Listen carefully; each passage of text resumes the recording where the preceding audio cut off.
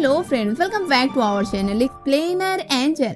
Friends, आज मैं इस ड्रामे के पार्ट 11 का एक्सप्लेनेशन करने वाली हूँ। अगर आपने अभी तक इसके पिछले पार्ट्स को नहीं देखा तो जल्दी से जाएं उन पार्ट्स को देखें, फिर इस पार्ट को शुरू करें क्योंकि कहानी बहुत शानदार होने वाली है। तो चलिए बिना देर किए आपको लेकर चलते हैं एक्सप्लेनेशन की तरफ। तब तक आप चैनल को सब्सक्राइब कर बेल आइकन को प्रेस कर लें, जिससे कि आपको ऐसी शानदार कहानियाँ टाइम से मिलती रहे। कहानी वहाँ से शुरू होती है जहाँ से पार्ट 10 का एंड हुआ था।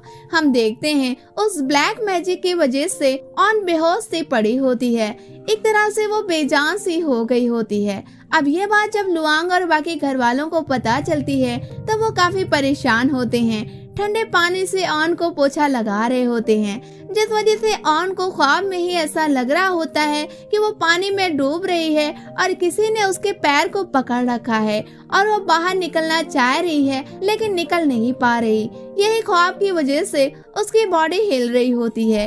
ये चीज देखकर लुआंग की टीम को लगता है कि उसे होश आ रहा है क्योंकि उसकी हल्की सी आँख खुली होती है और इसी के साथ वो चिल्ला भी रही होती है, लेकिन जरा देर के बाद वो फिर से बेहोश हो जाती है। अब उसकी बॉडी में कोई भी एक्टिविटी नहीं हो रही होती। सब लोग ऑन के इस हालात को रोते हुए देख रहे होते हैं। तभी चोर की बाहर आती है और मेड्स को सारी बात बताती है कि ऑन की तबीयत बिगड़ती ही जा रही है। जहाँ पर ओल्ड लेडी मेड भी होती है, वो ऑन से बहुत ही प्यार करती है, इसलिए वो रोने लगती है। तभी हम पेड़ के पास छिपी हुई यून को देखते हैं, जो इनकी बातों को पेड़ से छिपकर सुन रही होती है। तभी मोआंग एक बूढ़े डॉक्टर को लाता है जो कि ऑन के पास जाते हैं। इधर याम ये न्यूज मेबुआ को बताने के लिए जाती है, जिसे सुनकर मेबुआ बड़ी ही खुश होती है। वो उस मेड को इनाम भी देती है, साथ ही ये भी कहती है कि अब जल्द ही उसके मरने की खबर वो लेकर आए, जिसे सुनकर वो खुश होते हुए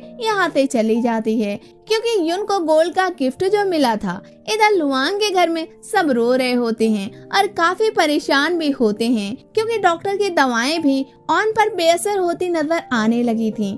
ये देखकर लुआंग की माँ मंदिर में जाकर प्रार्थना करती हैं कि जल्दी से ऑन ठीक हो जाए और जो भी उसकी जान लेना चाहता है उसके बारे में कोई ना कोई सुराग मिल जाए।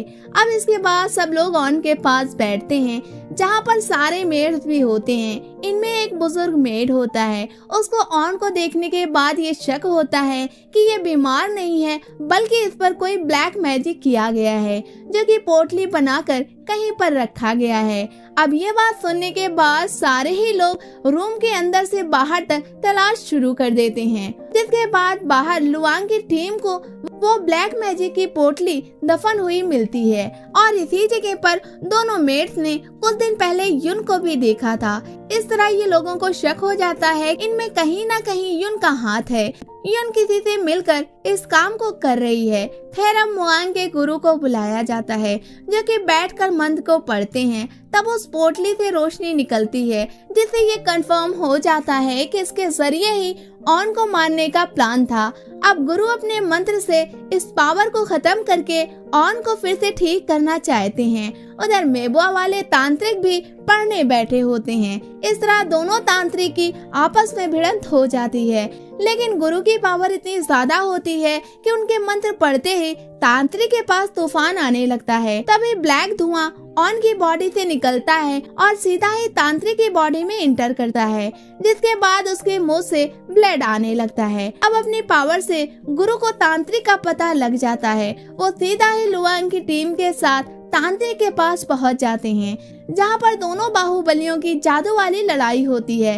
लेकिन गुरु के सामने तांत्रिक हार जाता है।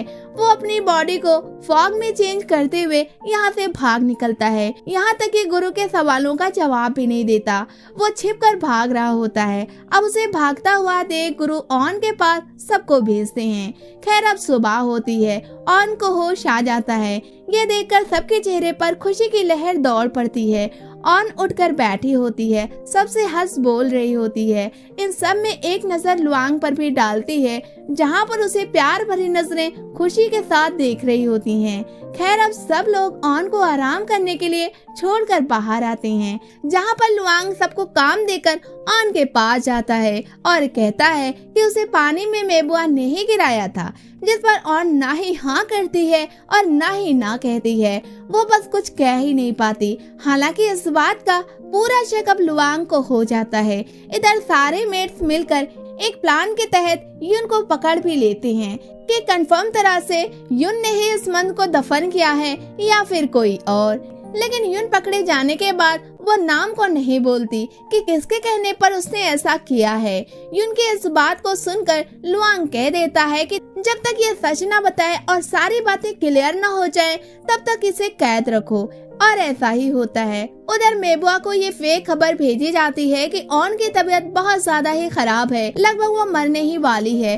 जिस खुशी को सुनकर फौरन ही लुआंग के घर मेबुआ पहुंच जाती है, लेकिन यहाँ आकर वो देखती है कि ऑन के साथ लुआंग आ रहा है और ऑन को ठीक ठाक देखकर वो चौंक भी जाती है कि ये कैसे मुमकिन है। मेबुआ के ऐसे घबराए हुए फेस को देखकर लुआंग कहता है कि क्या वो ये सोच रही थी कि ऑन मर गई। लुआंग की ऐसी बातें सुनकर वो चौंक जाती है कि ये सब क्या हो रहा है, वो ऐसी उलझी हुई बातें क्यों कर रहा है। तभी लुआंग अपने मेट से कहकर जुन को मंगाता है। अब जुन से भरी महफिल में सवाल किया जाता है कि वो ये सब किसके कहने पर कर रही थी। तब जुन बता देती है कि वो ये सब मेबुआ के कहने पर ही कर रही थी, लेकिन अब नहीं करेगी, उसे आजाद कर दिया जाए। मेबुआ का नाम आते ही मेबुआ के साथ बाकी सभी चौंक जाते हैं। मेबुआ झूठ का सहारा लेते हुए कुछ देर के लिए युन को झूठा करार देती है।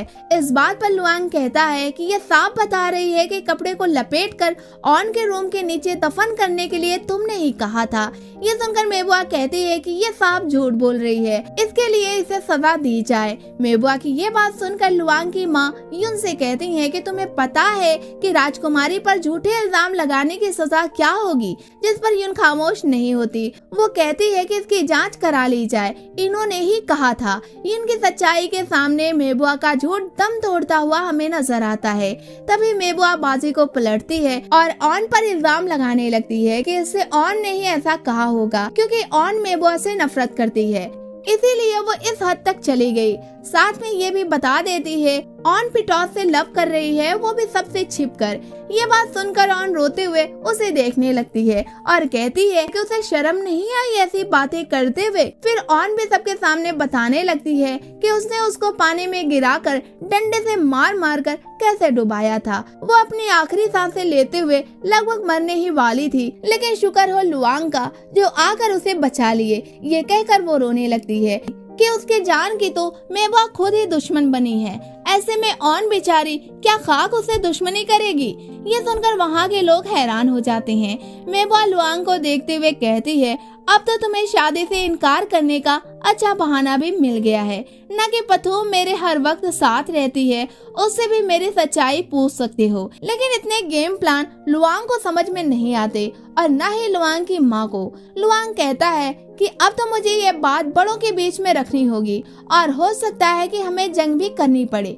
ये सुनकर लुआंग की माँ साथ में ऑन और वहाँ के बाकी लोग खड़े हो जाते हैं। लुआंग की माँ कहती है कि ये क्या कर रहे हो, जिस पर लुआंग सर झुकाकर उनके क्वेश्चन का आंसर देता है कि हाँ उसे जंग करनी पड़ेगी। इसी के साथ इस एपिसोड का एंड हो जाता है। अब अगले एपिसोड में हमें इसके आगे की कहानी का पता चलेगा, जो कि जल्द ही हमारे चैनल पर अपलोड किया जाएगा।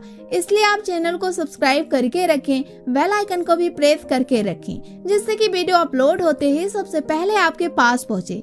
फ्रेंड्स, ये कहानी आपको कैसी लगी हमें कमेंट बॉक्स में जरूर बताएं। वीडियो को लाइक करें, शेयर करें। मिलते हैं हम आपसे नेक्स्ट वीडियो में, तब तक के लिए टेक केयर।